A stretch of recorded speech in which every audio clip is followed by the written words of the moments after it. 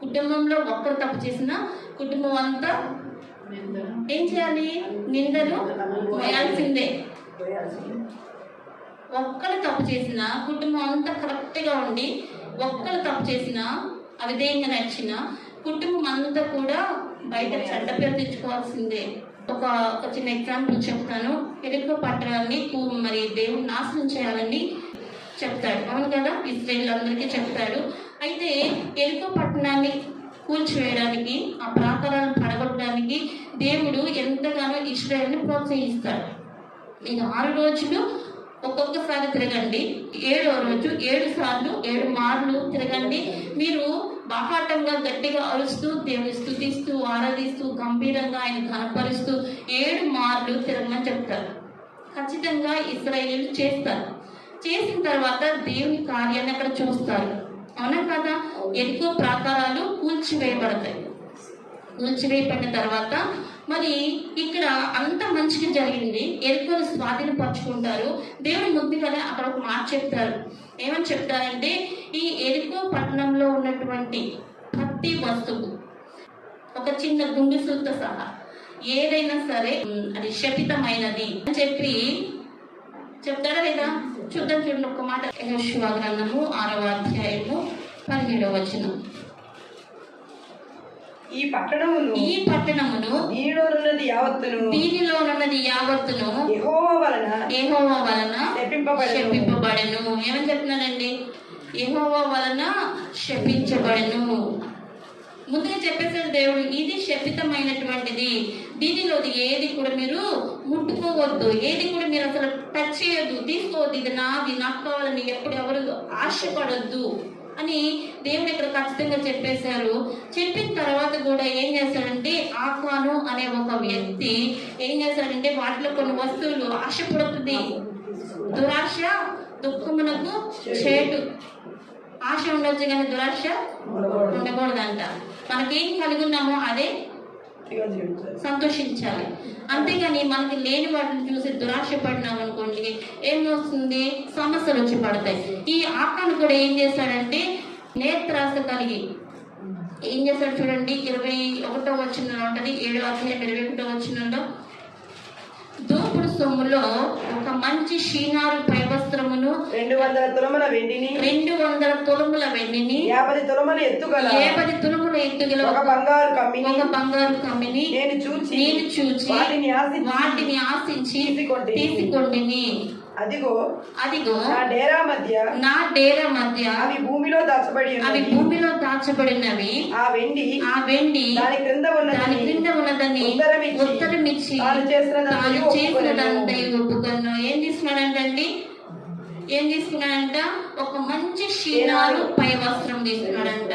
ఆ వస్త్రం ఎంత వాల్యుబుల్ అయి ఉంటుందో, ఎంత మంచి కాస్ట్లీ వస్త్రం అయి ఉంటుందో. సో ఆ వస్త్రాన్ని ఒకటి తీసుకున్నాడు.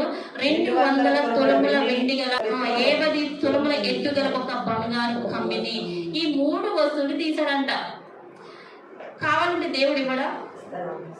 నువ్వు అనుకునేది ఏదైనా దేవుడు చేయగల సమర్థుడు. నీ కంటి ముందు నీకు అన్ని రుజువులు చూపించాడు. ఎరుకో ప్రాకారాలను పడగొట్టినటువంటి దేవుడు నీ అవసరతలు తీర్చడా? ఖచ్చితంగా తీరుస్తాడు.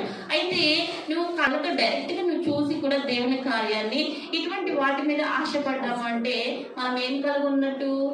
నేత్రాశ. మనం ఏం చేయించలేకపోతున్నామంటే నేత్రాశను చేయించలేకపోతున్నాం. కంటికి కనబడినల్లా కావాలనిపిస్తూ ఉంటది. ముందు మనం కళ్ళతో చూస్తేనే కదా మన హృదయంలో చాలా ఆలోచన వచ్చేది, ఇది ఎలా మనం తీసుకోవాలి, ఎలా మనం సంపాదించుకోవాలి, ఎలా సరే దాన్ని మనం కొనుక్కొచ్చుకోవాలి, ఎలా సరే మన ఇంట్లో అది ఉండాల్సిందే. ముందు ఎక్కడ స్టార్ట్ అవుతుందంటే చూడటం. అందుకే మన కళ్ళను ఏం చేయాలంట? నిబంధన చేసుకోవాలి, దేవునికి నిబంధన చేసుకోవాలి. ప్రభు నా కంటితో నేను చూసే ప్రతిదీ కూడా వ్యర్థమైనవి ఏవి నా కన్ను చూడకూడదు. ఒకవేళ చూసినా నేను టెంప్ట్ అవ్వకూడదు. మనలో టెంప్టేషన్ ఎట్లా వస్తుంది అంటే అపవాది నుంచే వస్తుంది.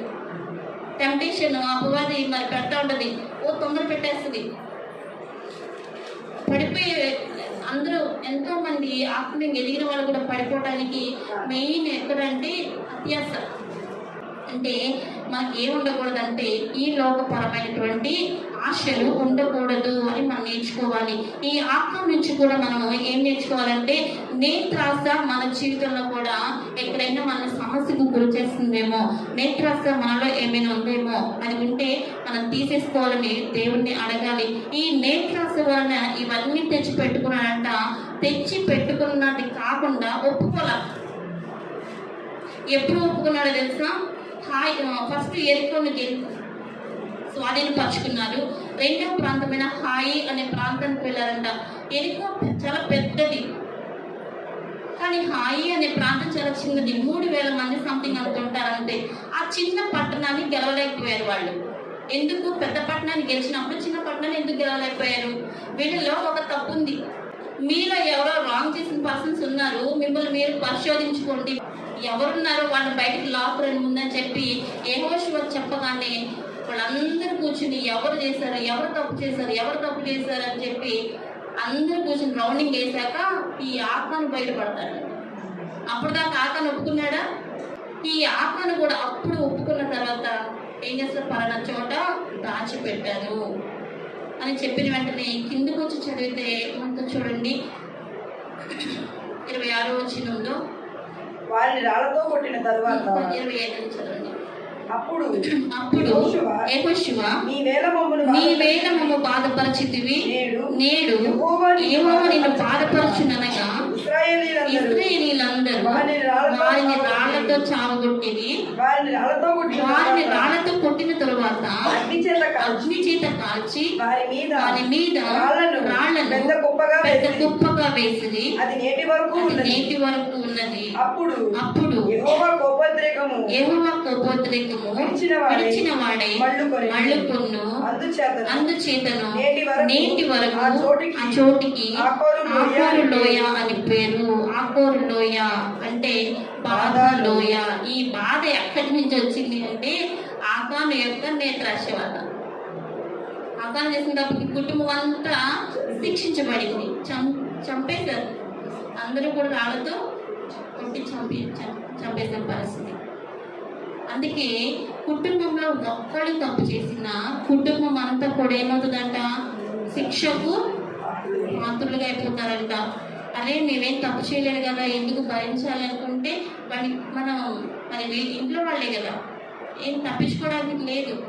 మనం ఏం చేయాలంటే కుటుంబంలో ప్రతి ఒక్కరు కూడా కరెక్ట్గా ఉండాలి. మనం కూడా జాగ్రత్తగా ఉన్నామా లేదని పరీక్ష చేసుకోవాలి.